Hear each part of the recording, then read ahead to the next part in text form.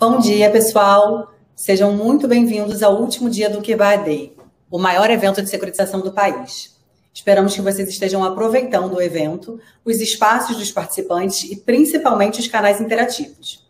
O dia de hoje contará com a participação de grandes personalidades. Por isso, convido vocês a conferirem a programação na recepção do evento e ficarem por dentro de tudo que há de mais atualizado no mercado de capitais.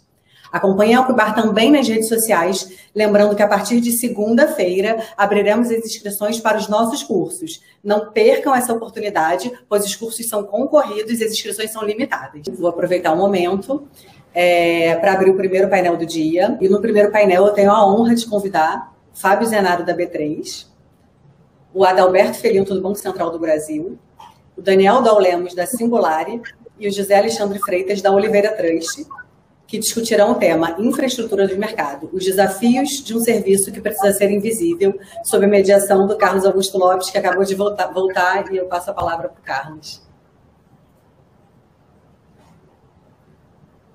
Queria dar boas-vindas ao Fábio, ao Adalberto, ao Alexandre e ao Daniel.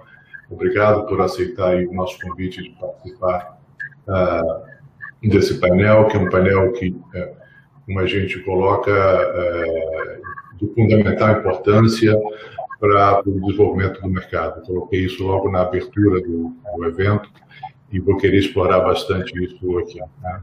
Mas eu queria trazer para vocês, antes da gente começar, um número que, só relembrar a todos, né, ou os números que a gente está imaginando de crescimento, né? A gente, ano passado, numa pandemia, a gente teve o mercado de securitização como um todo cresceu em média 10%. Né? Teve segmento que caiu um pouco, outros caíram, subiram mais, mas em média foram 10% a taxa de crescimento. Esse ano, tudo indica que a gente vai ter um crescimento ainda maior, né? E pelo que eu estou escutando dos participantes, né, esses 2 dias de evento, eu não ficaria surpreso se nós tivéssemos aqui, nos próximos 12 meses, crescêssemos 50%, 70%, 80%, pelo tudo que indica, isso é possível. Mas esse crescimento que a gente espera que aconteça nos próximos meses ou nos próximos anos, ele é fundamental que um componente exista, né? Esse componente chama-se infraestrutura de mercado. E a infraestrutura de mercado, como a própria definição já diz, né, ela tem que ser subjacente, mas é fundamental, né? A gente geralmente fala de infraestrutura de mercado em 2 momentos, quando tem uma novidade e quando dá problema, né? A gente sabe que a gente está num processo de implementação de uma série de medidas que foram colocadas pelo Banco Central, medidas essas que vão transformar a maneira como a gente se relaciona com o mercado de capitais, com o mercado financeiro em geral, mas nesse processo de transição ocorrem eventualmente problemas, né? A questão não é aqui a existência do problema, que é algo natural, mas é discutir, analisar e avaliar o processo é fundamental. E é isso que eu vou querer discutir aqui com vocês ao longo dos 1 hora e pouquinho que a gente tem, né? Para isso, a gente convidou a principal empresa de infraestrutura de mercado, 2 líderes nos serviços fiduciários, que são usuários dessa infraestrutura, e o regulador, né? Então, é difícil a gente pensar num painel mais interessante em termos de participação para discutir justamente o tema. Então, eu queria começar já com o pedido para o Fábio, se for possível. O Fábio representa, como eu já falei, a principal empresa de infraestrutura do mercado e está entrando dentro de um segmento super relevante e que tem potencial de crescimento absurdo, que é toda a questão de recebíveis de cartão de crédito vinculados sempre, eu vou sempre estar falando sobre a ótica de mercado de capitais. Então, Fábio, se você puder começar falando um pouco sobre como é que a B3 está se posicionando, como é que vocês estão vendo essa entrada e que tipo de avaliação você consegue já nos antecipar com relação a esse processo do registro dos cartões de crédito, que é uma nova unidade aí da B3 para esse mercado. Bom, obrigado, Cal. Obrigado primeiro pelo convite, né, de participar, uma honra participar desse evento aí que é tão relevante aqui, acho que é o evento mais importante, sem dúvidas, desse mercado de securitização de uma maneira geral, né, apesar de a gente discutir várias coisas além da securitização. Também queria aproveitar para cumprimentar aqui meus colegas de painel, né, enfim, o Adalberto, o Daniel, que eu já tive o prazer também de participar em alguns outros eventos com ele, e o Zé Alexandre, então também muito contente de compartilhar essas discussões aqui com vocês, né? Carl, eu acho assim, né? A gente até quando fez um alinhamento aqui, eu achei super legal o tema que você colocou, né? Que é desse painel, né? O nome do painel, né? Que é os desafios de um mercado que precisa ser invisível, né? Infraestrutura de mercado. E aí eu comentei, até falei, pô, isso é exatamente, ainda em tempos de CETIP, né? Pré-B3, esse era um tema, era um termo que a gente usava muito na CETIP, né? Então a gente tinha um pouco essa visão assim, às vezes a gente descobria que os próprios clientes não sabiam que a gente estava envolvido em uma série de processos, né? Em que eles, logicamente, também participavam, mas não sabiam que tinha a participação da CETIP em determinados processos. E a gente se perguntava, pô, mas isso aí é bom ou ruim? O cara não sabe tudo que a gente está entregando. E a nossa visão lá atrás, cara, quanto mais invisível, e esse era o termo que a gente usava mesmo, quanto mais invisível a gente for, significa que a gente está trabalhando bem, né? E eu acho que é esse um pouco o papel de infraestrutura de mercado. Realmente, você sabe que você está trabalhando bem quando, de uma certa maneira, os processos em que você está envolvido passam quase que desapercebidos, né? E ainda nessa linha, né? Acho que depois para abordar aí a pergunta específica que você me colocou, né? Eu acho que assim, infraestrutura de mercado é uma coisa muito relevante. A gente sabe que se a gente falhar, né, a gente afeta o mercado inteiro. Então, toda a infraestrutura, tudo que você faz tem que levar isso em conta. Então, acho que para ser uma boa infraestrutura de mercado, começa de você ter uma resiliência operacional muito forte. Então, isso aqui é quase que uma obstinação aqui no caso da B3, né? Então, a gente tem, obviamente, né, questões de exigências regulatórias, né, relativas a essa resiliência operacional, que a gente poderia traduzir, não é só isso, mas de uma maneira mais grosseira, assim, é não ficar fora do ar, né? Quando você está fora do ar é que você causa um monte de problemas. Mas a gente aqui dentro da B3, as nossas metas são inclusive acima da exigência regulatória, né? Porque a gente sabe que quando tem um problema aqui, a gente afeta o mercado inteiro, né? Em diferentes linhas de negócio. Então, acho que muito importante para ser uma boa infraestrutura de mercado é essa questão da resiliência operacional. Eu acho que tem um tema de responsabilidade também das infraestruturas de mercado, então erros podem acontecer, acho que faz parte, mas como você está preparado a reagir a esses erros, né? Então, a gente aqui procura sempre ter estruturas conciliatórias, né? Então, permitir que os nossos clientes e que a gente mesmo, na ocorrência de algum problema, tenha mecanismos de conciliação para que a gente, ainda que tenha o problema, consiga ter um drive, né? O cliente entenda o que está acontecendo e a gente também, e aí ser mais rápido recuperar e superar qualquer problema. E aí passa por robustez operacional, inclusive financeira também, né? Muito investimento em tecnologia, em processos, em pessoas, de tal maneira que ser uma infraestrutura de mercado é uma grande responsabilidade, né? Não há espaço para aventuras aqui, né? Então, acho que isso é muito importante. A gente aprendeu com o tempo, né? Em vários mercados, e isso é importante. Eu acho que aí voltando um pouco para o teu ponto, especificamente recebíveis de cartão, né? De uma certa maneira, apesar de a gente ter toda essa experiência, não deixa de ser uma experiência nova. Então, a gente aprendeu bastante nesses últimos anos, né? A respeito. A gente não entrou nesse primeiro momento, mas a gente está já em processo, né, aprovado pelo Banco Central, inclusive, e agora num processo aí de teste, né, de homologação para a interoperabilidade. Então, a gente tudo correndo bem, a gente até o final do ano deve entrar também, passamos a ser uma nova alternativa. E é um baita desafio. Acho que o que a gente, de uma certa maneira, a gente está testando um tema relativamente novo, que vem por conta de concorrência, e concorrência é sempre muito bom, né? Mas ela traz alguns desafios. Então, a interoperabilidade é um baita desafio. E talvez o cartão de crédito seja um grande desafio. Então, é o primeiro grande modelo. A gente tem, e aí acho que é importante entender até o que é a interoperabilidade, né? Porque a interoperabilidade, dependendo do ativo, ela pode ter um conjunto de elementos que podem existir ou não existir dependendo daquele ativo, né? Então a gente costuma aqui dividir em 4 grupos, né? Uma coisa é unicidade, é você garantir que aquele ativo é único, você precisa interoperar com as outras registradoras para fazer isso.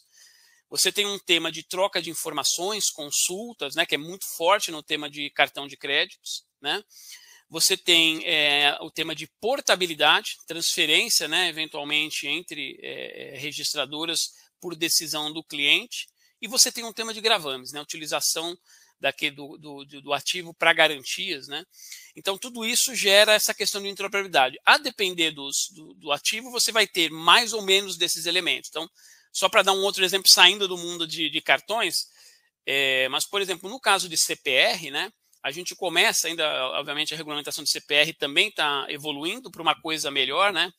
E nesse momento a gente entende que ainda tem evoluções a serem feitas. Mas hoje, qual que é a interoperabilidade que a gente tem aqui? É especificamente com troca de informações, né? Para fins de publicidade, né? Para que alguém que esteja querendo dar crédito para um determinado CPF ou CNPJ, né, consiga ter acesso a quanto que tem de emissão naquele CPF ou CNPJ nesse mercado. E para isso a gente tem que conversar com as demais registradoras. Então é um dos pedaços da interoperabilidade, né? Essa parte que a gente chama aqui de troca de informações ou consulta. No caso de cartão de crédito, é um negócio muito mais robusto. Então tem um baita desafio aqui, em modelo, etc. Eu não tenho dúvida nenhuma que a convenção de duplicatas vai ser melhor do que a de cartão de crédito. Por quê? Porque a gente aprendeu bastante aqui. Tanto do lado, né, acho que das infraestruturas, principalmente as que estão participando, a gente está entrando agora num segundo momento, mas tem participado das discussões e tem assistido, né, essas discussões. Então, eu não tenho dúvida nenhuma que a gente vai encontrar, provavelmente, na convenção de duplicatas, a gente vai resolver problemas ou já vai nascer com problemas, com resolução de problemas que foram identificadas aqui no cartão de crédito, né? Então, acho que é um baita desafio, mas é uma baita oportunidade, né? E aqui um pouco do lado das infraestruturas, e aqui a B3 se coloca dessa maneira, é tentar fazer da melhor maneira, né? Seja em prover serviços, no final das contas, como é que se dá a concorrência? É por você prover bons serviços de uma maneira geral, né? Mas também como interagir melhor, né? Como é que a gente interage? Essa interoperabilidade envolve, obviamente, naturalmente, o processo em si e os interesses, obviamente, também de cada uma das infraestruturas, né, de mercado, então, e particularidades da solução de cada uma delas. É um baita desafio. Acho que a gente teve um começo difícil, né, ainda alguns problemas a serem resolvidos, mas eu acredito que ao longo do tempo a gente deva ter uma resolução desse ponto e a gente, de uma certa maneira, espera, como infraestrutura em outros mercados, poder contribuir com essas soluções para o mercado de uma maneira geral e naturalmente para os nossos clientes também. Legal, Fábio. Vocês estão me ouvindo bem? Tá. Sim. Falando em infraestrutura, né? A gente estou com um problema aqui. Desculpa, eu caí, mas estou de volta. Eu queria ouvir, em cima dos comentários iniciais do Fábio, dois, digamos, usuários dessa infraestrutura, né? Alexandre e Daniel, vocês são dois dos principais players do mercado de serviços fiduciários do país, e vocês têm aí, de um lado, tem um grande universo de fundos de financiamento para pequenas e médias empresas, através de duplicatas, notas promissórias e outros, e o outro tem alguns dos principais fundos de recebíveis de cartão de crédito. Como é que vocês estão vendo esse processo? Já houve ganhos de produtividade, de transparência? Esses problemas que o Fábio cita, isso está chegando até vocês? Vocês estão vendo esses problemas acontecerem? E como é que isso está impactando o dia a dia de vocês? Não sei quem quer começar, Alexandre, talvez? Bom dia. Primeiro, Cal, agradecer também o convite. Acho que a gente se sente bastante honrado aí por ter sido escolhido para participar junto com os demais membros aqui do painel. Então, obrigado ao Kibá, obrigado a você. Acho que realmente estamos aí participando do principal evento de securitização do ano, aí, sem dúvida. E, então, muito obrigado aí, em nome da Oliveira Trust. Com relação a participação nossa aqui nesse segmento, e quando você fala em benefícios e malefícios causados aí nesse momento pela introdução desse modelo de registradoras e dessas obrigatoriedades, eu enxergo bem mais benefícios do que malefícios. Quer dizer, a gente está enxergando uma segurança muito maior para o mercado. Quer dizer, a gente tem hoje uma segurança muito maior quando você está falando de fundos de investimento, de FDICs e companhias securitizadoras de créditos financeiros operando e adquirindo créditos nessa modalidade, quer dizer, de cartões de crédito. As registradoras vieram realmente, sem dúvida, para ficar. Eu acho que é um personagem importante da estrutura, e ela já nasce num modelo que permite justamente essa concorrência, essa dinâmica operacional. Então, a gente está até, nesse momento, o maior desafio acho que está dentro da interoperabilidade, realmente, a comunicação entre essas registradoras, entre a circulação desse banco de dados, para que o usuário final, que na verdade são os investidores e os estabelecimentos, consigam usufruir desses benefícios causados pela utilização da registradora. Mas superado esse ponto da comunicação entre as registradoras, a gente certamente vai caminhar para um outro cenário, aí falando de muita infraestrutura, de muita tecnologia, teremos outros benefícios, imagino. A gente imagina portais, balcões aqui de oferta de direitos creditórios, onde potenciais investidores, fundos de investimento, na sua maioria, possam operar dentro desses balcões e depois registrar as operações nas registradoras. Então, esse mercado secundário de direito creditório, antigamente restrito às credenciadoras e às subs, ele passa a caminhar para um mercado pulverizado de investidores, onde o maior beneficiário vai ser certamente o investidor, e o estabelecimento comercial e o investidor, né, são os maiores beneficiados.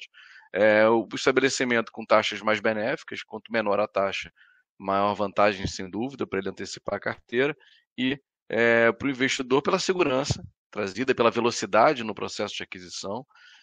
Então, acho que a gente está bastante satisfeito com esse implemento. Agora, quando a gente fala dos problemas causados, é difícil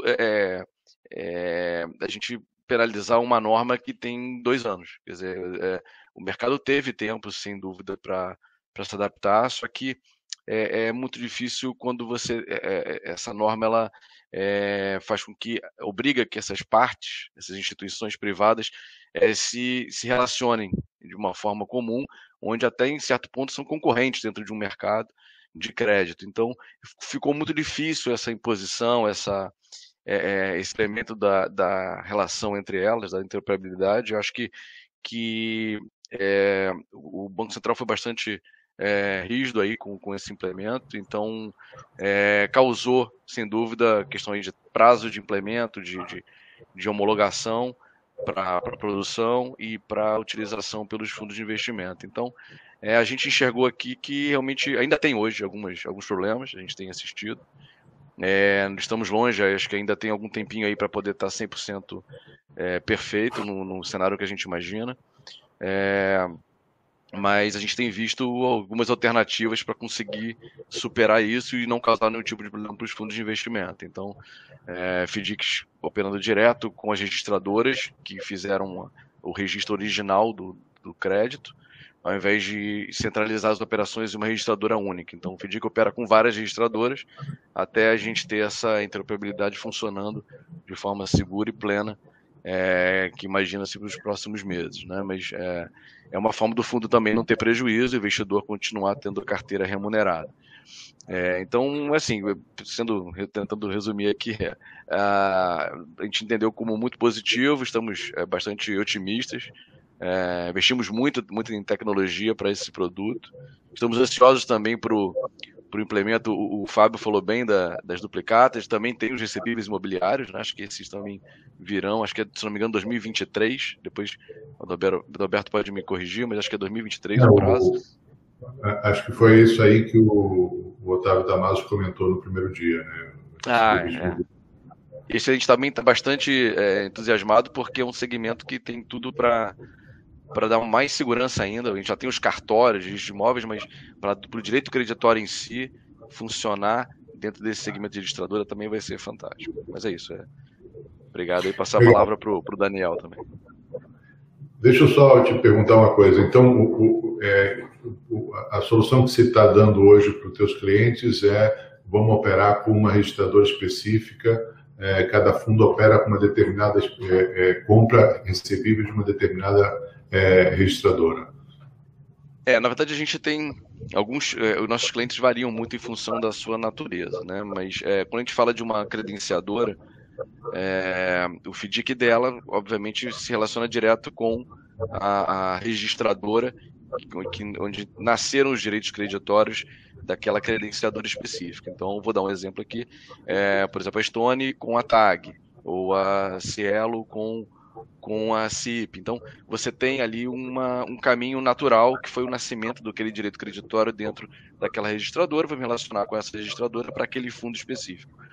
Agora, quando você fala de um FDIC de subcredenciadoras, essa sub ela se relaciona não necessariamente com uma credenciadora só, né? Essa segunda perna entre sub e credenciadora, ela ficou fora, né, desse registro. Então, eu tive casos aqui onde eu tive que fazer 2 FDICs para uma mesma empresa, onde num FDIC eu compreendo os recebíveis que passam obrigatoriamente pela registradora, e no outro FDIC o que não passa, que é dessa segunda perna, que o registro é facultado. A ideia é que isso se junte mais à frente, com o mercado funcionando bem, essa parte de operação entre as registradoras, para que se fique um FDIC só, mas isso foi uma solução encontrada.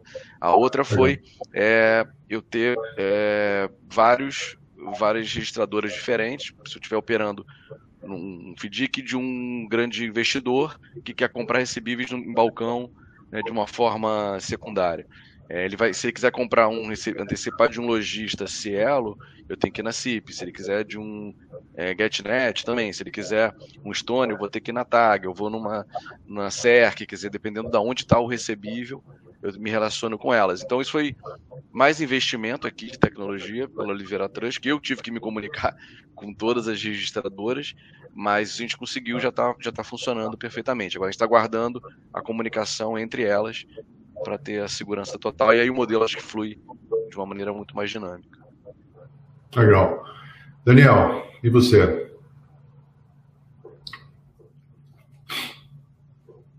Você está no mudo, Daniel?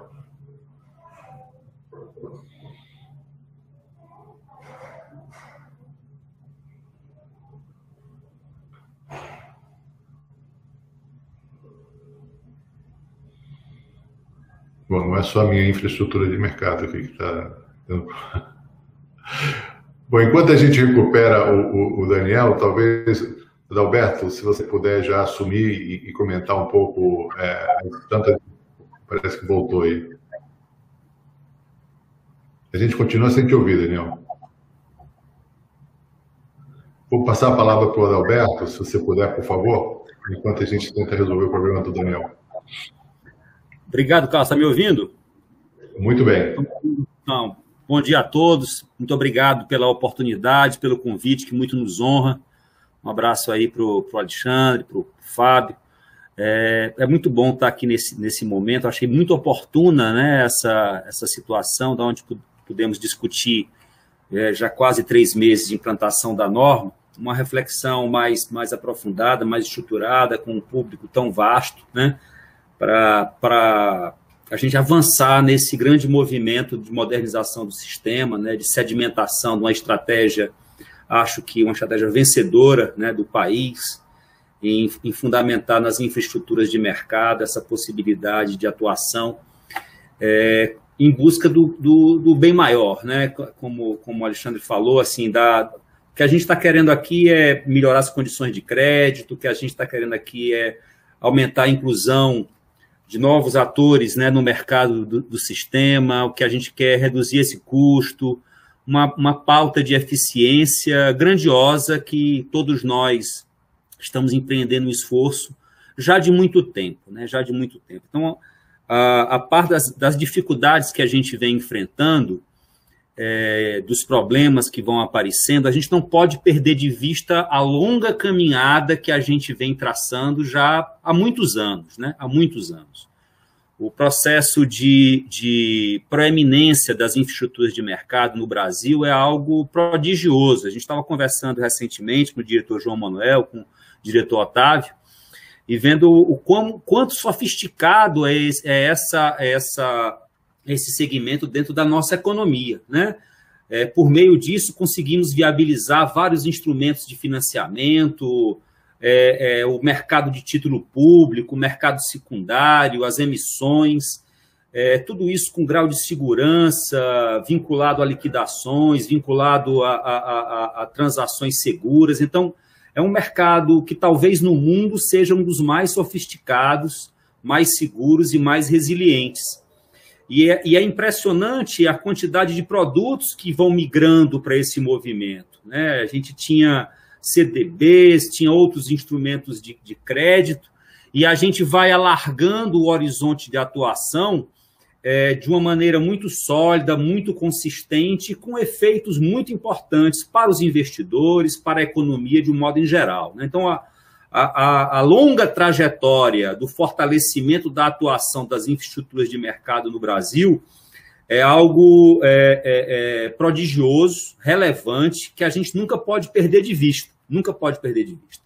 Os volumes transacionados são algo absurdo. O tamanho que hoje por exemplo, a B3, já dá a dimensão da importância desse setor, e os entrantes que estão abordando esse segmento, né? A SEC, a TAG e outras que estão se instituindo, a CIP, né?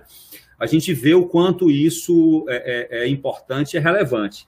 Tanto é que aqui no Banco Central nós adaptamos a nossa estrutura organizacional para dar maior suporte, maior acompanhamento, maior gerenciamento e maior controle da supervisão dessas entidades, né? Eu estou tendo a grata oportunidade de fazer parte da equipe aqui do Departamento de Gestão Estratégica e Supervisão Especializada aqui na nossa diretoria de fiscalização, sob o comando do diretor Paulo Sérgio, e atuamos especificamente, herdamos o trabalho que vinha outrora sendo feito no DEBAN, que é o Departamento de Operações Bancárias, e especializamos aqui um setor específico para tratar da supervisão de infraestruturas, que está contando com a estrutura robustecida, com novos inspetores, com uma estrutura organizacional mais robusta, para dar sequência a essa estratégia, né?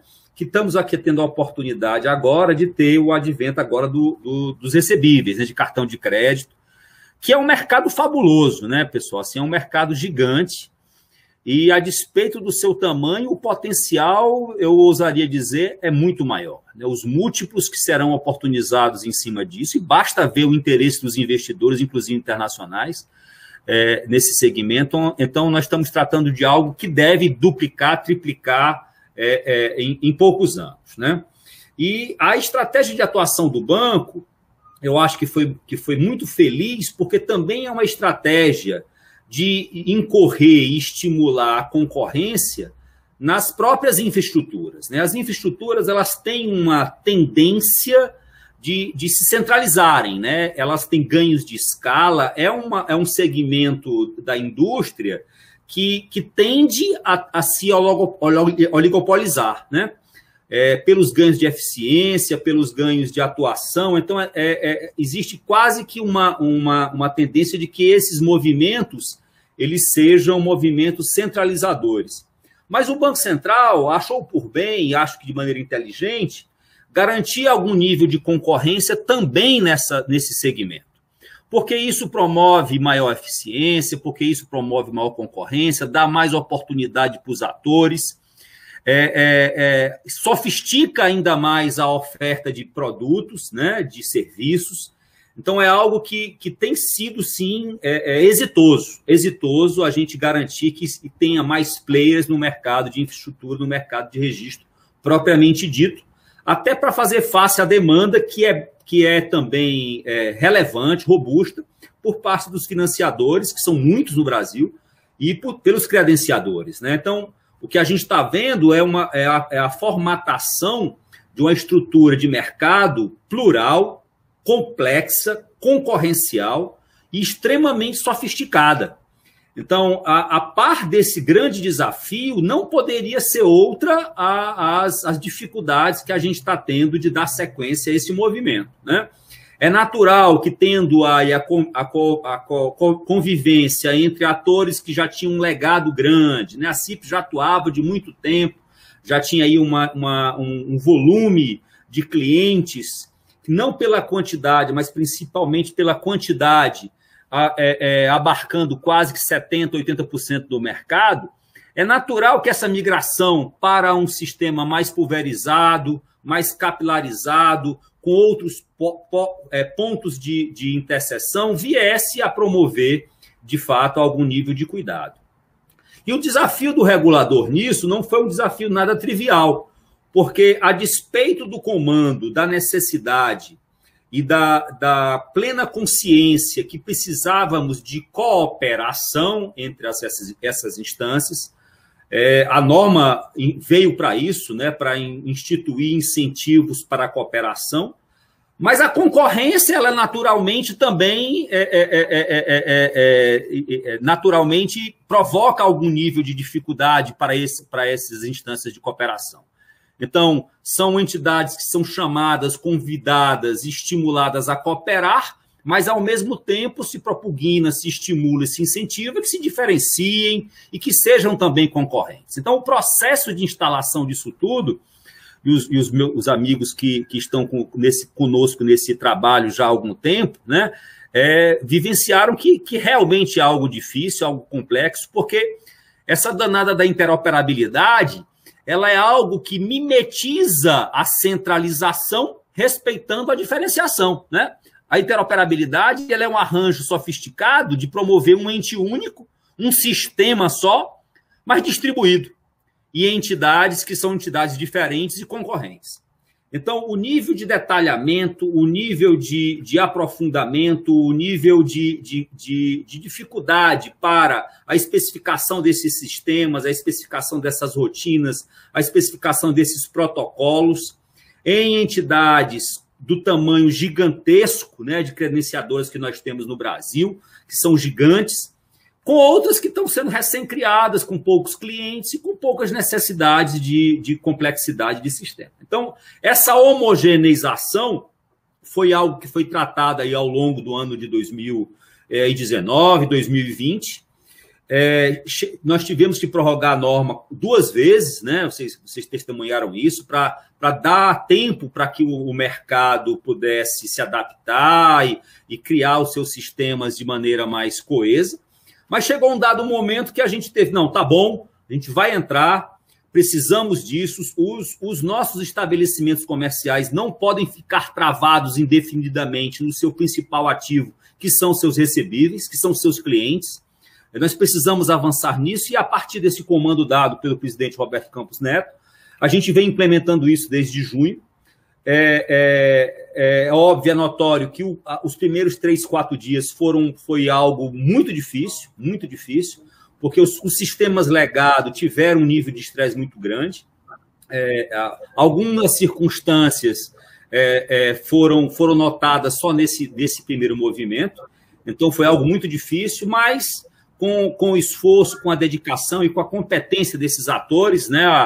O sistema financeiro brasileiro é extremamente sofisticado, os profissionais são muito capacitados, a gente conseguiu dar rápida resposta, e já na primeira semana tomamos um certo grau de normalidade, principalmente a par dessa estratégia que o Alexandre falou, de atuar na borda, né? Cada um tentando atuar com a sua credenciadora, com a sua registradora, inclusive multiplicando as suas portas de entrada, o que no primeiro momento não é uma estratégia eficiente, obviamente, mas foi uma estratégia inteligente no sentido de fazer a roda continuar andando, né? Os volumes de crédito em nenhum momento foram sensibilizados, as nossas curvas de concessão permaneceram inalteradas, a gente não teve nenhum problema no canal de crédito, E o que a gente vem ganhando nesses últimos 2 meses é esse trabalho de destravar os canais da interoperabilidade, e que não são fáceis, porque é uma cultura diferente de agenda, é uma cultura diferente de gravame, é uma cultura diferente da sessão.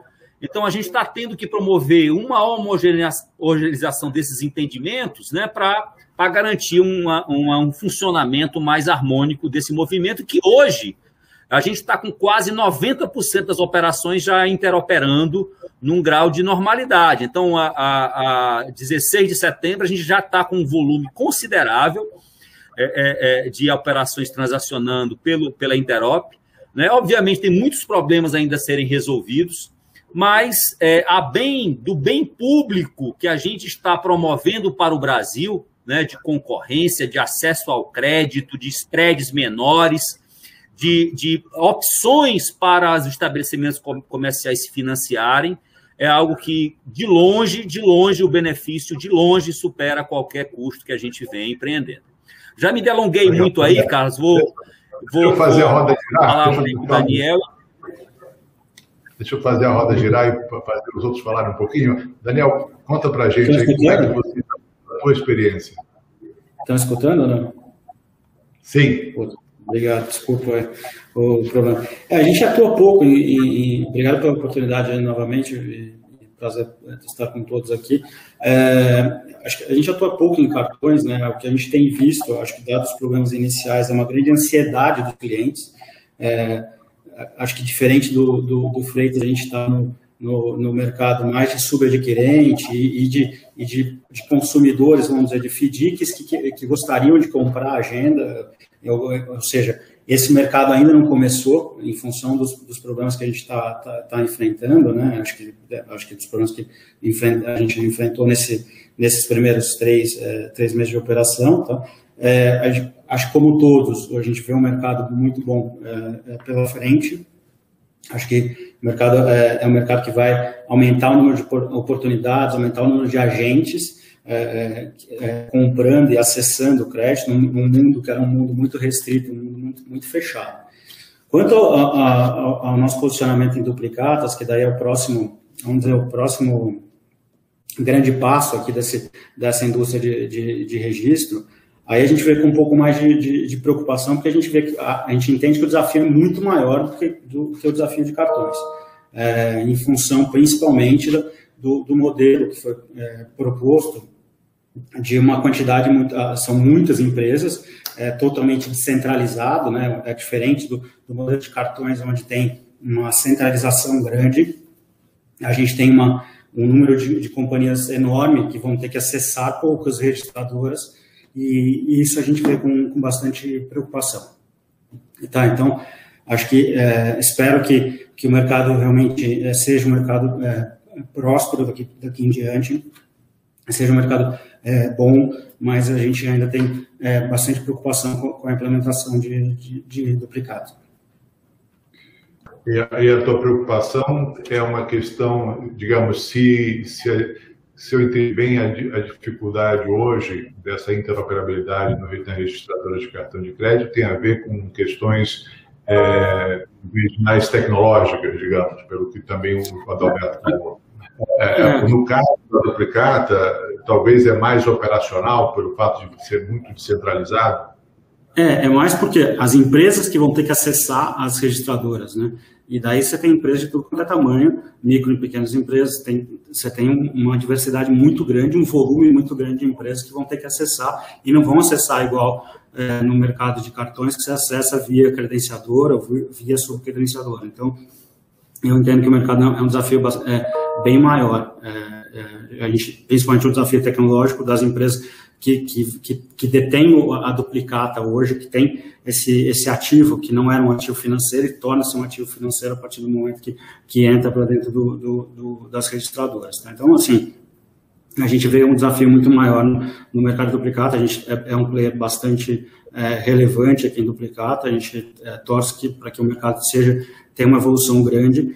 A questão, acho que é bem importante, acho que vale a pena mencionar a questão do secundário. Isso, hoje não existe secundário de crédito no país, né? Acho que ou não existe próximo de não existir, acho que existe em debêntures, existe nos ativos financeiros tradicionais, mas a gente vai ver, acho que, grandes mudanças nesse sentido, que é muito positivo, né? Acho que isso vai contribuir, sem dúvida, para a redução de spread, vai contribuir para uma quantidade, um volume muito maior negociado dentro do mercado de capitais, algo que não ocorre hoje de maneira nenhuma. Você está colocando um ponto super relevante, que é a questão dessa dificuldade que você está vendo aí como um operador desse mercado de FDIC. Eu trago aqui para essa discussão uma preocupação que também é nossa, desde a época que isso surgiu, que é a possível exigência feita pela CVM de que os FDICs passem a registrar todos os seus ativos, né? Quer dizer, em cima das dificuldades que a gente está vendo, queria pedir a opinião de vocês com relação a isso. É algo que, para nós, na Ucba, a gente se manifestou claramente com relação a isso. A gente acha que é um passo que a gente tem que... Não existe dúvida, não existe questionamento sobre a relevância dos registros, né? Isso não é nem objeto de discussão aqui. Eu acho que a questão é como e quando fazer isso, né? Porque você está trazendo uma das questões que são fundamentais para o sucesso disso, que é a gente poder colocar todo mundo dentro da mesma panela, né? Hoje a gente não tem isso, talvez para algumas empresas não existe motivação para isso, né? Não sei, Fábio, como é que você quer comentar, Dani? Também. A questão assim, de 100% dos ativos que estão dentro dos FDICs estarem dentro das registradoras, realmente eu vejo como um desafio muito grande, dada a diversidade de lastros que a gente tem hoje na indústria de FDIC, né? Então, a gente tem realmente uma diversidade muito grande de lastros dentro da indústria de FDIC. Não estou falando de precatório. Precatório é um dos lastros mais simples que tem. Eu estou falando de cartão pré-pago, cartão pré-pago, estou falando de operações de crédito pessoal com detalhamento muito maior do que o normal. Então, assim, a gente tem hoje mais ou menos umas 30 operações, operações de frete, desconto de frete, que é um negócio bem mais difícil. Então, assim, a gente tem, acho que, uns 30 tipos de laços diferentes hoje, né, na indústria, e que tem vários consórcios. Por exemplo, você não tem 50 fundos de consórcio dentro do mercado, você tem 3, 4 fundos de consórcio dentro do mercado.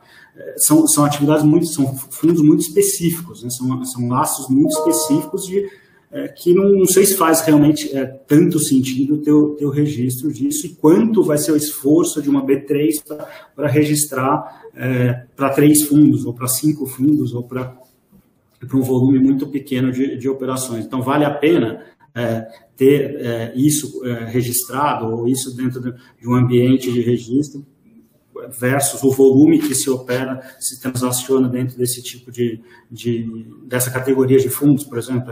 Essa é a minha dúvida em relação a essa medida prática. A relação custo-benefício, né? Alexandre e Fábio, eu queria ouvir vocês com relação a isso. Muito bom ponto levantado. Isso tem uma opinião também muito parecida com a do Daniel.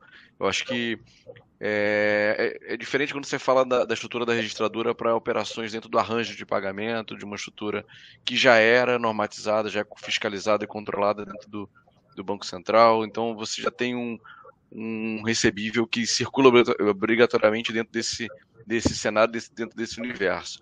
Quando você obriga operações por meio de FDICs a passarem dentro de registradoras, mas para comprar créditos diversos, está falando com um FDIC que compra duplicata, compra precatório, compra claims, compra direito de imagem de jogador de futebol, CCI, né? Então, você obrigar a passar por essa registradora um ativo dessa natureza, eu vou trazer uma concorrência desleal. Por quê? Porque esse crédito ele pode ser adquirido fora do segmento de FDIC. Então, numa operação de cessão direta, cessão civil, entre cedente e cessionário, fora do ambiente de fundos. Então, eu acho que a obrigatoriedade não é salutar aí para o mercado de capitais. O direito creditório não nasceu dentro do mercado financeiro, né? Acho que é esse o ponto, né? Então, acho que a grande dificuldade é essa, como trazer para dentro do dentro de um ambiente que é um ambiente de registro, que é um ambiente, acho que mais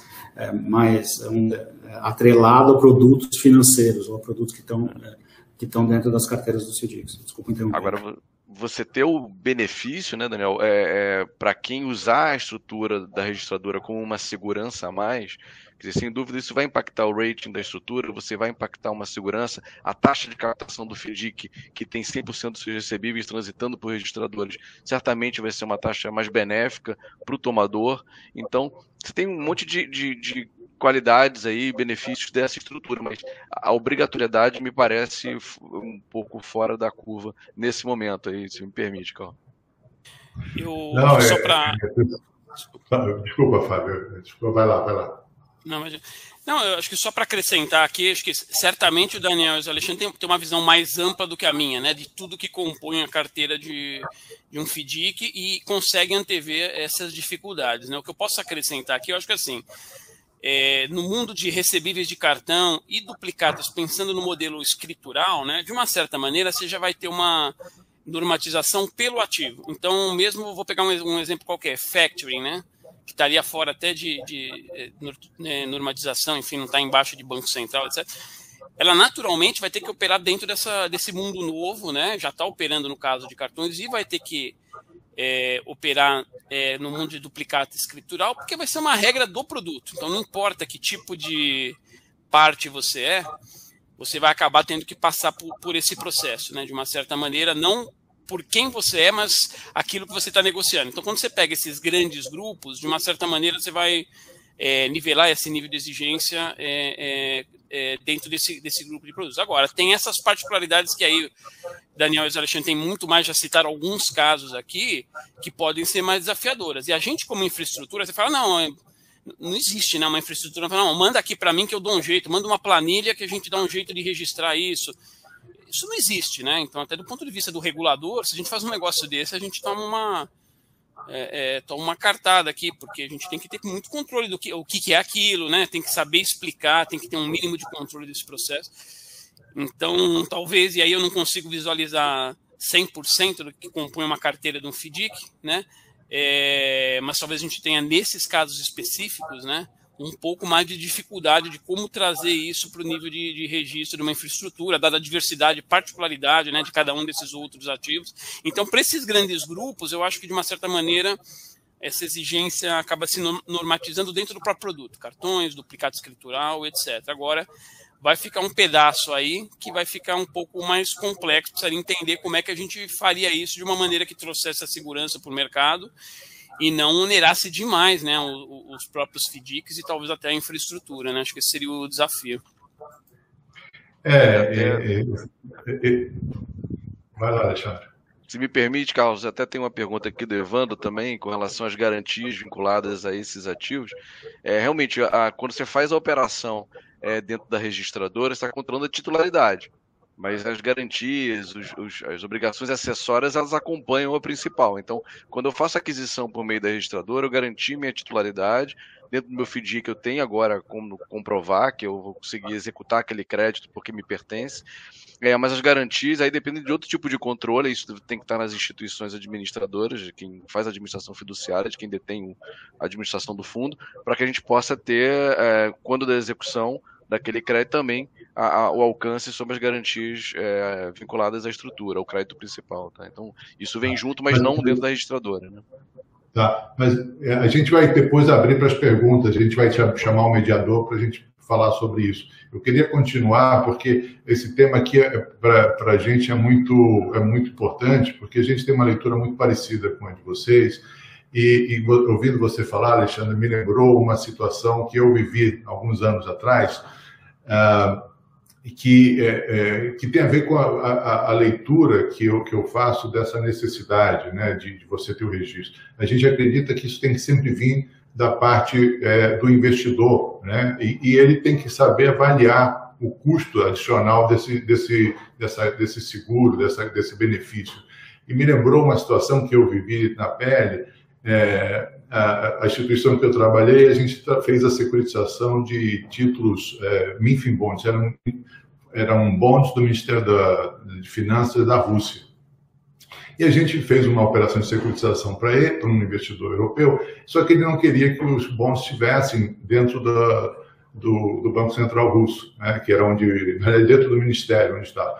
Então a gente foi avaliar a possibilidade de tirar os bons dali e colocar dentro de uma clearing, dentro de uma custódia. E o Ministério falou, não tem nenhum problema, pode levar. Não tem... E a gente foi, né, era inverno, estava tudo branco, né, a gente tinha lá uma casinha onde estavam guardados, era o cofre. E a gente fez depois todos os cálculos e falou para o investidor, olha, investidor, você quer tirar isso e colocar isso em Londres? Custa tanto. Se ficar lá onde está, que nem urso vai, né, custa tanto. O que você quer? E ele optou por deixar lá, né? Ou seja, a decisão, do ponto de vista da segurança, no caso, pode ser feita pelo investidor. Então, se tem lá um fundo de consórcio, ele pode chegar e dizer o seguinte, não, eu quero que seja registrado. E aí se encontra um caminho para ser esse registro, né? Mas, Adalberto, eu queria te perguntar como é que vocês estão vendo esses desafios que estão sendo trazidos aqui pelos participantes com relação o registro das duplicatas e dos próximos ativos que vocês têm no treinamento. E o que você traz de aprendizado? Ou seja, que essas dificuldades, elas existem, não tem dúvida, isso vão sempre existir, principalmente com processos que envolvem muita tecnologia, questões operacionais, mas qual foi o aprendizado desse processo para o Banco Central até agora? E o que você leva para esse outro grande desafio que o Daniel, ouvindo o Daniel falando, é até maior do que o de recebíveis de cartão de crédito? Assim, na verdade, a gente já vem discutindo aqui no banco há algum tempo esse processo. Vocês estão me ouvindo? Estão ouvindo? Perfeitamente. Tá, obrigado. Essa próxima etapa, no que concerne o registro das duplicatas escriturais, já tem merecido por parte do Banco Central um estudo, a gente já vem bem avançado na implementação desse movimento, né? Na verdade, era algo que na nossa estratégia deveria, do ponto de vista cronológico, já ter vindo antes. A gente já estava pensando há algum tempo, com o advento da lei, em já ter instituído o movimento de escrituração e de registro das duplicatas escriturais, né?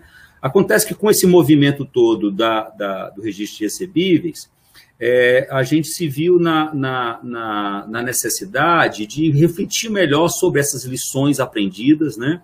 Sobre esse movimento todo do aprofundamento e da inserção das registradoras como ente central, né, nesse movimento, e já temos encetado com as registradoras todo um movimento de reflexão, de estruturação e de melhor detalhamento dessa próxima etapa, né? A nossa área de autorização já está se debruçando sobre os pedidos, né, de registradoras para serem autorizadas a trabalhar nesse setor, nesse segmento. E assim, a preocupação do Daniel me pareceu bastante pertinente, dado o grau da capilaridade do produto, né? Mas, por outro lado, concordo também com o Fábio, porque como é um produto novo, como está começando do zero, não vai ter tanto o desafio da conciliação dos legados e dos tombamentos que precisaram ser feitos no movimento de recebíveis, que foi algo muito complexo, dado o novo e o antigo passarem a coexistir, dado o grau das diferenciações dos serviços, dado o grau da diferenciação dos sistemas, de fato aportou nesse movimento todo um grau de complexidade maior. Mas, de qualquer sorte, o que ficou claro para nós é que os movimentos de convenção, os movimentos de detalhamento e especificação dos negócios, e esse talvez tenha sido a grande lição desse movimento todo, Carlos, eles têm que ser mais pormenorizados, né? As zonas e as instâncias de interseção e de cooperação e de interação entre as registradoras, elas precisam ser mais ainda detalhadas e aprofundadas, com questões conceituais melhor definidas. Então, estamos todos nós, tanto o regulador, né, tanto o Banco Central, como as registradoras que estão querendo atuar nisso, muito atentos aos desafios e às falhas que foram detectadas nesse movimento, né? Os desafios de interoperabilidade, elas passam muito por questões comezinhas, né, de número de campos do sistema, de regras de contestação, regras básicas no que concerne a dígitos diferenciadores. Então, existe um grau do manual de operação que já estava bastante robusto e caudaloso, mas, dada a complexidade ao tamanho do sistema, precisaram, né, ser mais detalhados e revistos. A gente está entrando nesse movimento da duplicata escritural, me parece, essa pelo menos é a nossa percepção, mais escaldado, mais preparado, né? Com o rol de problemas e de fronteiras e desafios melhor delineadas, e as entidades participantes, me parece que também melhor preparadas para esse movimento. Então, a gente está se debruçando já sobre as questões da normatização, né? A área de normas do banco, né, chefiadas pelo diretor Damaso, já está se debruçando isso com um olhar ainda mais apurado, com protocolos de desenvolvimento já bem mais definidos.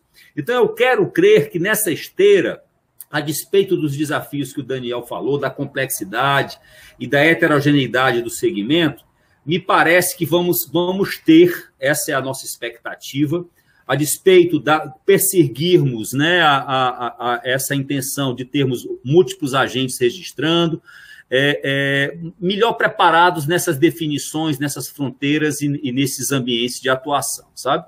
Então, quero crer que proximamente a gente, não sei direito a agenda que a área de regulação está posto para isso, né?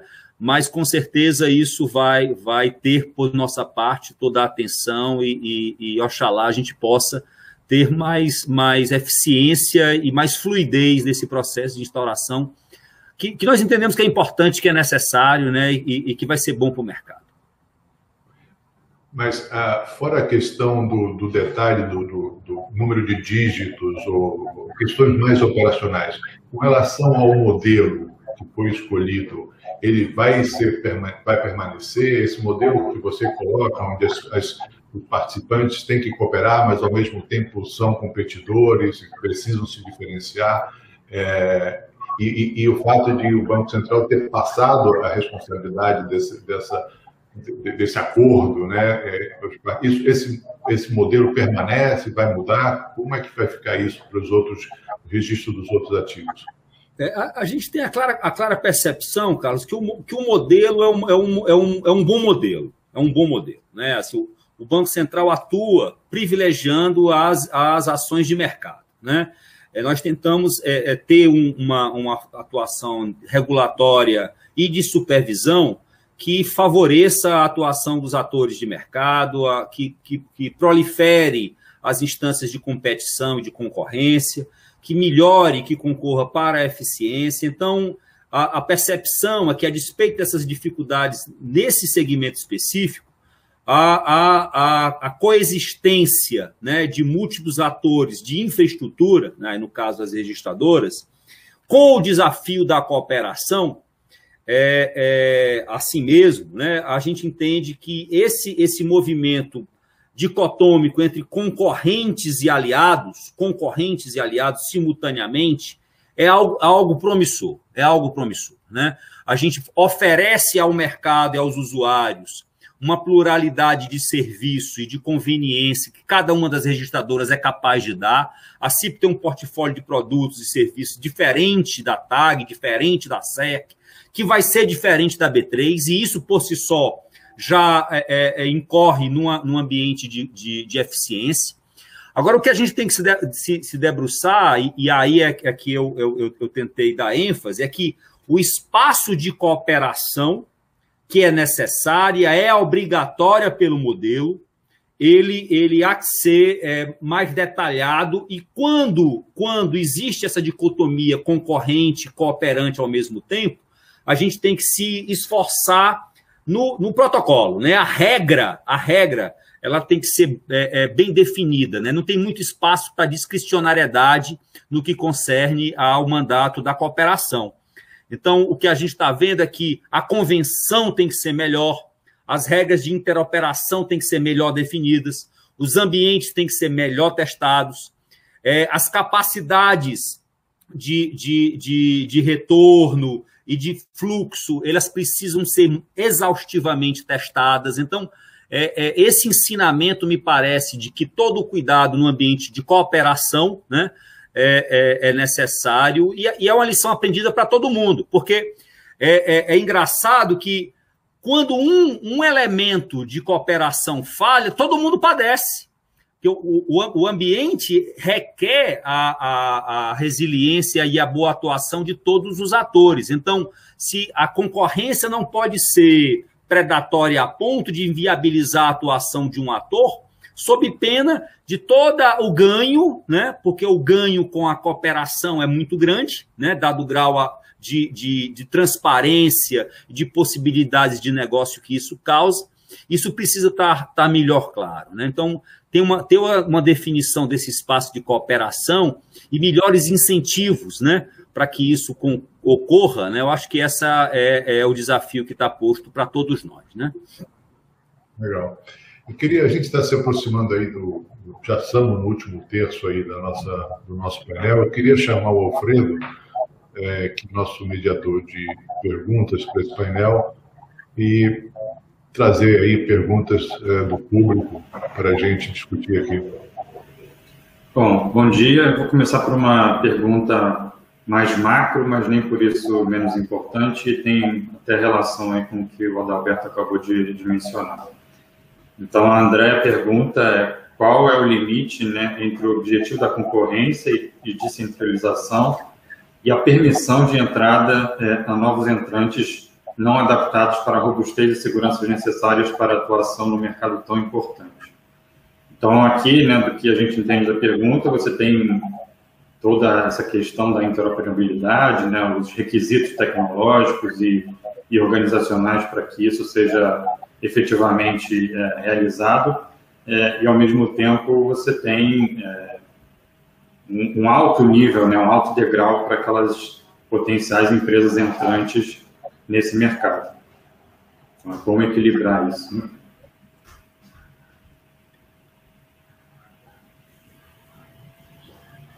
Dalberto, acho que...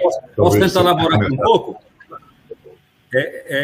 As infraestruturas têm merecido de toda a regulação no mundo, né? No mundo, não é só aqui no Brasil, uma atenção especial, né? Porque, diferentemente das outras instituições, elas têm uma externalidade nas suas ações muito marcante, muito acentuada, né? Qualquer problema com uma instituição financeira, né, ela muitas vezes se circunscreve ao seu ambiente e aos limites dos seus clientes, dos seus usuários, e o seu grau de interrelação e os seus problemas de interconexão e de contágio, muitas vezes, são melhor definidos, né? E esses impactos, eles tendem a circunscrever num horizonte mais restrito. As infraestruturas, por definição, têm suas externalidades e sua capacidade de contágio bem mais acentuada, né? Cada ponto de atuação, cada infraestrutura de per si, ela precisa garantir um nível de atuação sem o que uma eventual dificuldade, um incidente com ela, pode promover um impacto muito maior, muito mais capilarizado, com atuação e com impacto em atores e em agentes que sequer trabalham com ela, né? Então, o desafio nisso, entendo que é a persistência e a perseverança nos elevados padrões de autorização das infraestruturas. E aí estamos aí estudando normativos novos, atualizações nos regulamentos, né, nas circulares, nas resoluções que norteiam a área.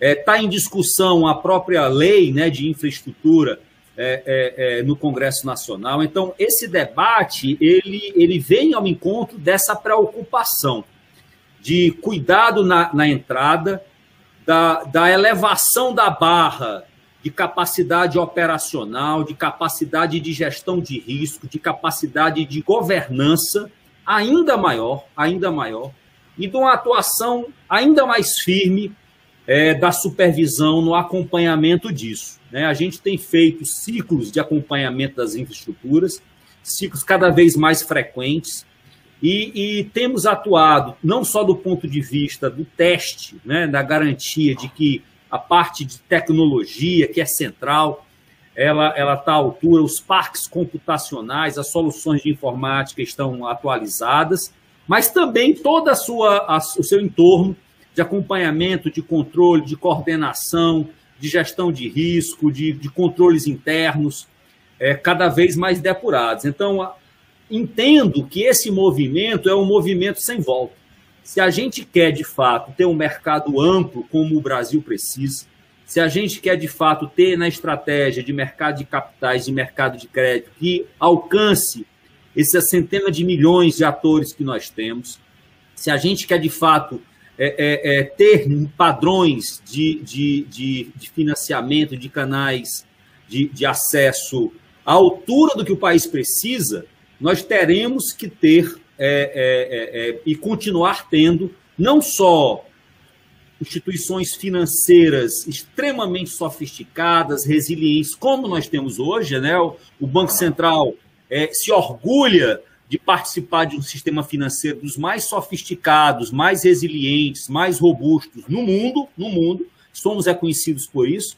Então, as nossas infraestruturas também têm que estar e continuar estando nesse nível, como já está hoje, né? Então, não existe muito segredo nisso, além de muito trabalho, né, de muito esforço, e da continuidade de que, para entrar nesse segmento, já vai ter que ter um portfólio de atuação, de capital, de estrutura, de expertise gerencial e de sofisticação de governança compatíveis com o que a gente espera, né, de atuação e com o que o mercado quer, né? Legal. Não sei se alguém... Fábio, por favor. Eu ia fazer um comentário rápido, só complementar que o Adalberto trouxe. E, de fato, a pergunta é super interessante, porque, de fato, é uma vamos dizer assim, né, uma situação que a gente leva a gente a pensar bastante. E nas discussões que a gente tem, né, para ter, enfim, quando a gente tem que fazer as discussões conjuntas, o fato é que a gente tem, vamos dizer assim, IMFs em fase de maturidade, eu não sei se é a melhor palavra aqui, mas, enfim, muito diferentes, né? E, inclusive, capacidade financeira, etc. E é um fato, né? Enfim, isso é um elemento. E aí você tende, eventualmente, pela sua experiência, etc., às vezes até, acho que no caso da B3, a gente tem sempre uma tendência a querer colocar em nível de segurança, robustez, etc., a barra mais para cima. Talvez pela nossa experiência em determinados mercados, ou preocupações, etc., Por outro lado, isso obviamente impacta, inclusive, do ponto de vista financeiro, né? Então, por outro lado, para empresas que são mais entrantes, né, de menor porte, etc., tem uma dificuldade maior. Então, às vezes, a gente já se pegou em alguns embates aqui nas discussões de soluções, etc., que pegam, às vezes, muito nesse ponto. Por outro lado, também a gente tem que entender, se a gente quer a concorrência, etc., não nasce uma B3, né? Uma empresa do porte da B3 não nasce do dia para a noite, né? Então, tem que ter um equilíbrio aqui. Agora, sobretudo, acho que o ponto que o Adalberto trouxe é importante. É super importante. Acho que tem do lado do regulador, né, regular essa barra para trazer o benefício de competição, que eu acho que é super importante, relevante, é um caminho sem volta. Mas também para a gente ter, por outro lado, tem que ter a garantia, né, dentro das exigências regulatórias, etc., de que essa barra se mantenha num nível alto para que a gente não tenha... vamos dizer assim, problemas, né, que venham afetar o mercado, né? Então, realmente, aqui tem que achar um ponto de equilíbrio para que as duas coisas conversem, né? Uhum. É para qualquer um, mas desde que atenda, consiga pular o sarrafo, né? Consiga pular o nível alto. Temos aqui uma pergunta do Carlos Eduardo. Assim, acho que até baseado nessa questão do nível de maturidade diferente, né, que o Fábio mencionou, tem essa pergunta aqui, né, que ela questiona, né, a forma detalhada que o Banco Central está fazendo para resolver a incapacidade técnica, né, das determinadas câmaras registradoras, né, de operações de cartão. E ele chega a mencionar, inclusive, né, que com o atual problema, né, instituições financeiras estão perdendo liquidez e clientes tomadores de crédito estão sendo negativados e perdendo acesso ao crédito. Aqui ele direciona a pergunta especificamente para o Adalberto, mas eu queria também que o Freitas eventualmente até comentasse para ter uma noção um pouco mais geral se ele identificou nos fundos no qual a Oliveira Toshi administra algum impacto desse tipo. Ou seja, basicamente, aqui estamos falando de que, de fato, houve uma perda de liquidez com relação às operações de crédito. Sim. Aqui, sim, a gente teve... nos fundos, basicamente, não tiveram impacto diretamente, até porque tem... pelo modelo da operação, a gente não assume o risco direto lá do tomador, mas a gente recebeu, sim, tivemos algumas dificuldades aqui com algumas credenciadoras e registradoras que não conseguiam registrar de forma tempestiva a movimentação e, com isso, sim, algumas negativações, e isso gerou uma certa um desconforto ali operacional por algum tempo. Esse problema tem sido reduzido, o volume tem aumentado novamente nas sessões, nas operações, como até o Adalberto colocou, hoje você tem quase 90% das operações já com essa comunicação feita de maneira adequada, mas ainda tem alguns problemas e o mercado precisa de um pouco mais de tempo, sim, para eliminar 100%, mas o registro, para os nossos fundos aqui, o impacto foi bem pequeno, tá, Alfredo? Estou respondendo a sua pergunta de forma bem objetiva. Uhum. Bem, sim, sempre, obrigado pela pergunta. Eu acho que ela é importante, né, para a gente deixar claro essa atuação, né? O movimento e a presunção é que os atores do mercado, já que estão sendo responsabilizados pela oferta dessa solução, né, dos registros, e o sistema de registro, de um modo em geral, atue de uma forma integrada, né, de uma forma única, mas multidimensional, né, que é essa a ideia desse sistema com várias faces. E a gente tem pressionado e atuado diariamente com as registradoras e com os outros atores, sejam credenciadoras e financiadoras, para a solução, inclusive de problemas isolados, né? A gente teve, nas primeiras semanas, um corpo de identificação de desafios de natureza mais sistêmica. Então, nós tivemos a necessidade de aperfeiçoamentos na base de controle, que é uma base que envolve dezenas de milhões de estabelecimentos comerciais, né, que é a base onde está circunscrita toda a relação entre as instituições credenciadoras, os estabelecimentos comerciais, as credenciadoras, né? Então, é a base de dados de toda essa atuação. Ela mereceu, por parte do Banco Central, um mandato específico junto às registradoras para esse seu aperfeiçoamento. A gente também teve uma atuação firme no que concerne a depuração dos cadastros de opt-ins, que também, num primeiro movimento, que é algo inovador, o estabelecimento comercial tem que autorizar o acesso das outras instituições à sua agenda de recebíveis, que é algo novo para o próprio estabelecimento comercial, para as instituições financiadoras e para as credenciadoras. Então, houve um movimento também de alguma disfuncionalidade nesse cadastro das instituições e na formatação dos opt-ins. Nós tivemos que ir em campo junto aos credenciadores, junto aos financiadores, para melhor disciplinar as rotinas, né, dessa interlocução. A própria coexistência de contratos muito longos e de contratos muito curtos também provocou alguma dificuldade nos dutos de comunicação da Interop, né, da interoperação. A gente tem um mercado que ele oscila muito em operações de 18 meses, 12 meses, 24 meses, mas, por outro lado, existem operações de recebíveis que vão até 20 anos. Com uma agenda extremamente larga e pesada para a atuação na Interop. Algo também que não estava adequadamente dimensionado no processo de instalação, isso também já foi superado.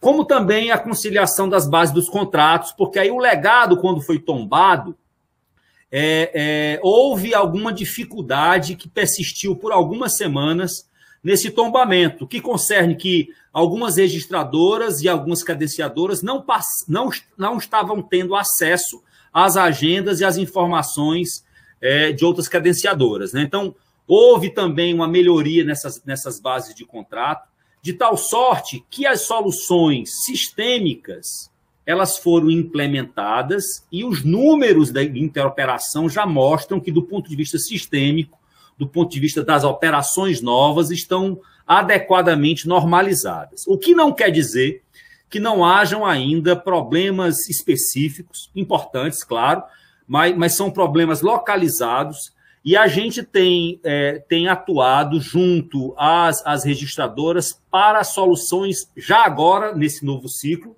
de problemas específicos. Então, toda segunda-feira, Carlos, a gente faz reunião com o mercado todo, a gente junta a ABEX, junta a Febraban, junta a BBC, junta instituições de marketplace, quer dizer, todos os atores mais relevantes, e a gente passa a agenda uma por uma. Inclusive, temos 2 vezes por semana um grupo de trabalho de operação assistida. Então, um banco X está com problema de acesso na registradora tal. A gente junta o banco, junta a registradora, junta a credenciadora, com a presença do Banco Central na mesa, para a gente acompanhar. Olha, manda o arquivo aí, recebeu? O que é que está acontecendo? Por que não subiu? Por que não interoperou? Qual é a diferença do contrato? Então, a gente já está num grau de sofisticação das soluções dos problemas que tem nos permitido uma atuação mais detalhada, uma atuação mais capilarizada, uma atuação mais localizada nas soluções desse problema. Então, se está havendo ainda algumas dificuldades, então a nossa orientação é: procure o seu banco, procure a sua credenciadora, faça a reclamação, faça chegar no Banco Central, porque a nossa visão enquanto regulador é que a floresta, o grande sistema, a big picture, tem se apresentado de maneira mais normal, mais fluida. O que não quer dizer que problemas relevantes, você tem uma situação de negativação, você tem uma situação onde os fluxos financeiros estão interditados, nós estamos falando de situações de vida ou de morte para estabelecimentos comerciais, para instituições financeiras, né? Então, e a gente tem tido todo o cuidado nisso, inclusive atuando de maneira coercitiva. A gente, em alguns casos, nós estamos tomando medidas de supervisão de conduta, os supervisores estão em campo, a gente tem notado algumas posturas não tão condizentes com a expectativa normativa, alguns atores se aproveitando dessa situação inicial para não cumprir adequadamente os domicílios, para não fazer os créditos adequados como eram exigidos. Atitudes oportunistas acontecem via de regra, infelizmente, e o Banco Central está aqui para atuar nisso. Então, nós já estamos chamando, já estamos abrindo processos, já estamos punindo instituições que não estão se comportando da maneira que se espera, né? De tal sorte que as soluções sistêmicas já estão bem encaminhadas e eventuais problemas específicos nós estamos tratando como o próprio nome diz. Estamos chamando a registradora, a credenciadora, a instituição financeira, o que é que está acontecendo, porque a gente tem notado que também tem problema do lado de cá. Tem estabelecimento comercial que sobe a sua agenda inadequada, que não fornece os seus dados da maneira correta. Quer dizer, as informações de cadastro agora ganham uma relevância muito grande, muito grande. você acaba não podendo creditar o domicílio adequado por conta de uma informação disfuncional, né? Então, é isso que a gente tem feito, uma força-tarefa de atuação veemente para a solução desses problemas. Legal, Roberto. Eu acho que a gente tem tempo para mais uma pergunta. Tá? Vamos lá? Tem mais alguma aí que você selecionou? Tem uma... Eu ia aproveitar, né, essa pergunta, né, qual a expectativa para termos um ambiente 100%, né, e até mesmo em relação ao que o Adalberto colocou, acho que já respondeu parcialmente, né, se alguma sanção já teria sido aplicada em algum participante, que afinal, como foi colocado, é um sistema que depende do bom funcionamento de todas as partes, né, então, às vezes, uma parte não funciona e ela pode crescer, justamente como foi mencionado, esse comportamento oportunista de, como todo o sistema acaba sofrendo, ela acaba distribuindo o ônus, né, do funcionamento com todos, mas, na verdade, é uma falha pontual de uma determinada parte. E aí também, né, além disso, só para contextualizar a pergunta, né, do Antônio, a gente teve alguns meses, né, de testes, né, e agora, desde 7 de junho, se não me engano, o sistema está em vigor de acordo com a convenção e tudo mais.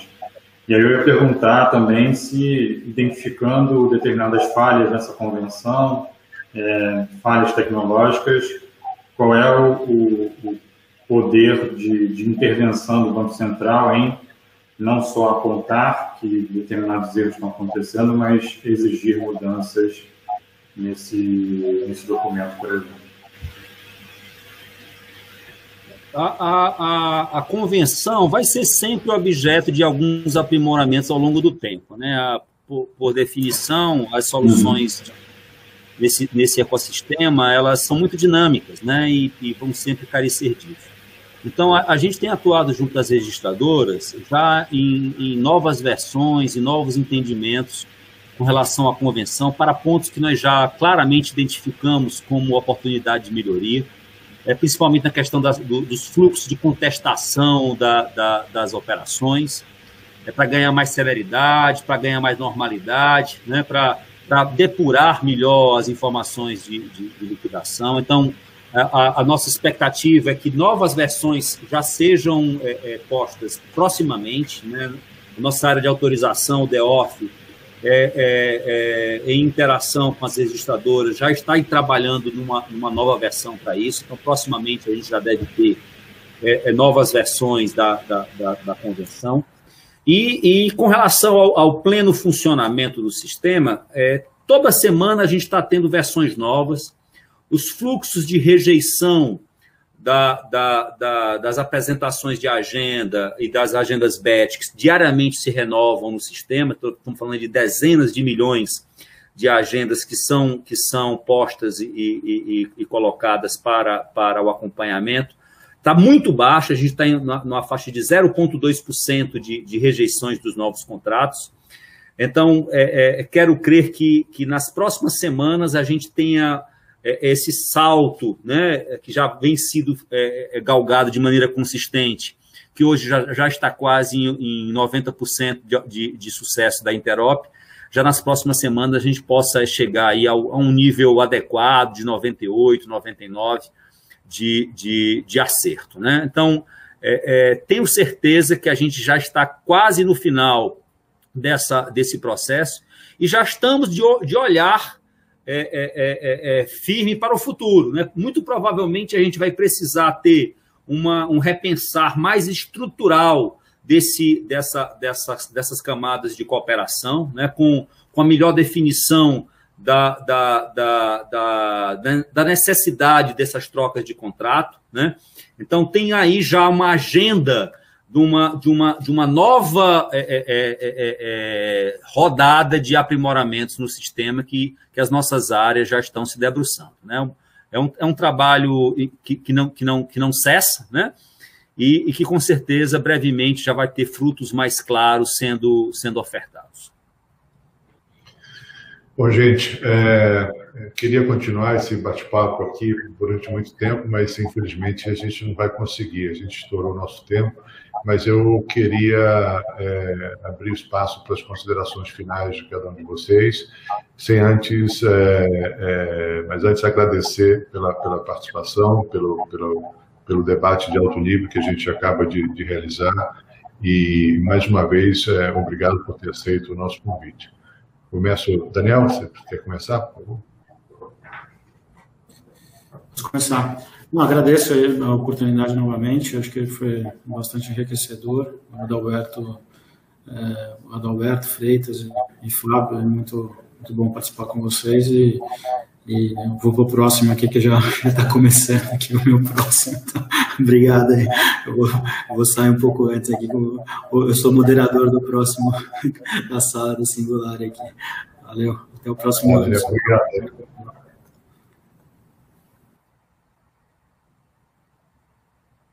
Fábio? Bom, também só queria agradecer aí, Cal, novamente aí o convite para poder participar, agradecer Daniel, que já saiu, o Adalberto e o Zé Alexandre aí de dividir o painel comigo. Acho que recado final aqui, o Adalberto colocou muito bem, tem um bem maior, né? Que de uma certa maneira aqui, não só nessa ação, mas em outras ações que estão sendo implementadas e puxadas muito pelo Banco Central, de diminuir o custo na ponta final. Eu acho que essa aqui é mais uma delas. E a gente está mexendo muito uma questão estrutural. Então, os desafios vão surgir, a gente também não pode não avançar, porque surgem esses desafios e algumas barreiras, temos que superá-las, né? Acho que aqui é um caso, o cartão de crédito é um desafio por si só, é a primeira convenção, é a primeira interoperabilidade, e a gente aqui, o que a gente espera, né, contribuir, né, a B3 espera poder contribuir, entrando agora aí até o final do ano também como mais uma opção, né? Não temos a arrogância de achar que vamos entrar e se a gente tivesse aí não teria nenhum tipo de problema, porque a interoperabilidade envolve, né, todas as registradoras, então tem desafios aqui. Por outro lado, a gente acha que pode contribuir, né? Principalmente a gente mapeou muito, conversando com nossos clientes, onde estão outros problemas que a gente entende que a gente pode entrar com uma solução que cubra esses problemas e, de uma certa maneira, contribuir para esse ambiente, né? Mas acho que e faz parte, são desafios e para um bem maior. Então, vamos adiante, certeza que tudo isso vai dar muito certo. E, de novo, obrigado, um abraço a todos. Obrigado, Fábio. Alexandre? Primeiro, agradecer, Cal, Kibar, obrigado aí pelo convite, aos panelistas, o Zenaro, o Adalberto, o Daniel, que já nos deixou aqui, já foi para mediar outro painel. E, assim, acho que o binômio segurança e custo estão aí certamente pautando esse mercado de registradoras, esse modelo de negócios, novo modelo de negócios para os recebíveis, inicialmente de cartão de crédito e no futuro de outros segmentos, financeiro e imobiliário, etc.